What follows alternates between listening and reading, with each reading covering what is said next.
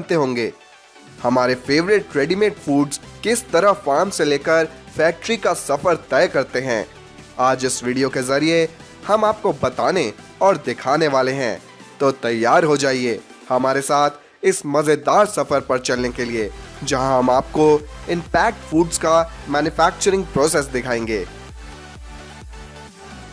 Ice cream किसे पसंद नहीं होती, बच्चे से लेकर बूढ़े हर कोई आइसक्रीम को शौक से खाते हैं, और अगर वो आइसक्रीम अमूल की हो तो फिर तो बात ही क्या।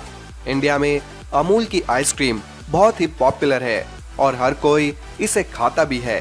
पर आज हम देखेंगे कि अमूल की फैक्ट्री में आइसक्रीम बनती कैसे है। आइसक्रीम का सफर डेयरी फार्म से शुरू होता है, जहां गाय का दूध निकाला जाता है और उसे अमूल के प्लांट में भेजा जाता है। यहाँ पहुंचने पर दूध की जांच करी जाती है और क्वालिटी इंश्योर करने के बाद उसे स्टोरेज साइलोज में पंप कर दिया जाता है। अब शुरू होता है फिल्ट्रेशन और सेपरेशन का प्रोसेस, जिसकी वजह से क्रीम दूध से अलग हो जाती है। अब इस क्रीम में चीनी और बाकी के इंग्रेडिएंट्स मिला दिए जाते हैं और फिर इस मिक्सचर को पैस्चराइज किया जाता है। कुछ और प्रोसेसेस करने के बाद इस लिक्विड को जमाने के लिए स्टोरेजेस में डाल दिया जाता है। अब शुरू होता है आइसक्रीम पैकिंग का टाइम। एक वैक्यूम मशीन प्लास्टिक टब्स को एक सर्कल में घुमाती है और स्टोरेज टैंक में भरी स्ट्रॉबेरी मिक्सचर और वेनिला आइसक्रीम नोजल्स के जरिए इन टब्स में भर के पैक हो जाती है। कॉर्नेटो भी कुछ इसी तरह बनती है। पहले एक मशीन खाली कोन्स को चॉकलेट से भरती है, फिर ऊपर से आइसक्रीम डाली जाती है और थोड़े ड्राई फ्रूट्स भी, जिसके बाद ये आइसक्रीम पैक करती जाती है। 1999 में लॉन्च होने के बाद से ही कुरकुरे इंडिया में सब लोगों को अपना दीवाना बना चुके हैं और इनका क्रेज कभी खत्म ही नहीं होता। तो चलिए आज देखते हैं कि कुरकुरे फैक्ट्री में आखिर बनते कैसे हैं। कोलकाता के पेप्सिको प्लांट में इन्हें बनाया जाता है। सबसे पहले प्लांट में रॉ मटेरियल लाया जाता है, जिसमें शामिल होता है कॉर्न मील, ग्राम मील और कुरकुरे का स्पेशल मसाला। प्रोसेस शुरू करने से पहले इस रॉ मटेरियल के सैंपल की जांच करी जाती है और इसके पास होने के बाद ही काम को आगे बढ़ाया जाता है।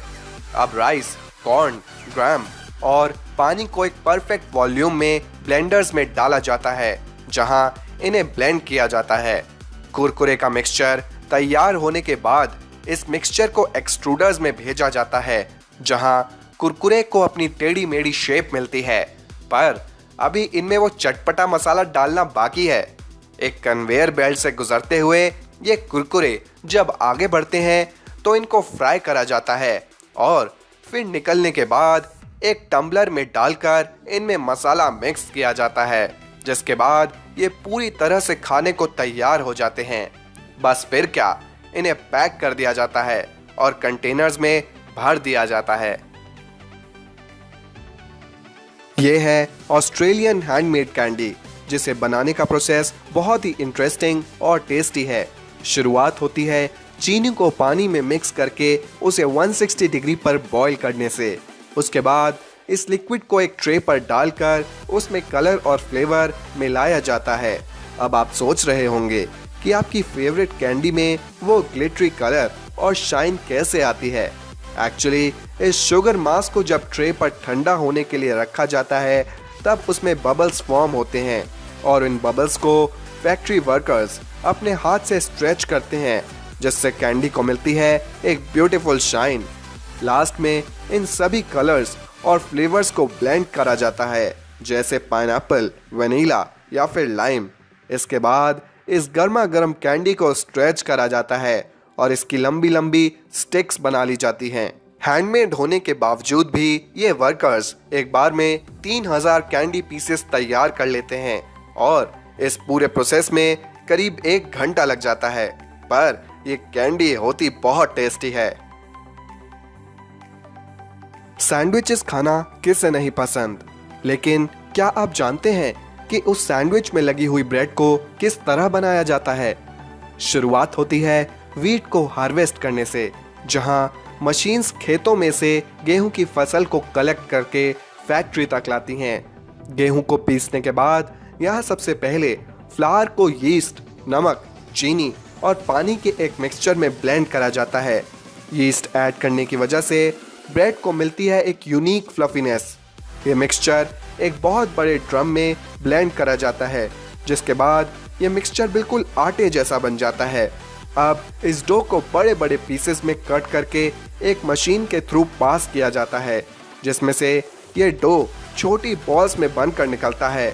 इन बॉल्स को ट्रेज में रखकर कन्वेयर बेल्ट पर पास करा जाता है और एक स्प्रेयर इन पर बटर स्प्रे करता जाता है।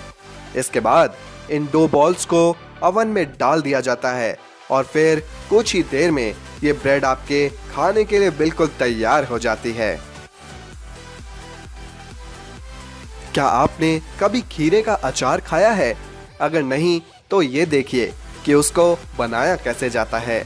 सबसे पहले खीरों को फार्म में से लेकर सॉल्ट वाटर में भरे टैंक्स में कुछ हफ्तों तक स्टोर किया जाता है, जिससे इन खीरों के अंदर तक नमक घुस जाता है। इस पिकल को दो तरीकों से बनाया जाता है।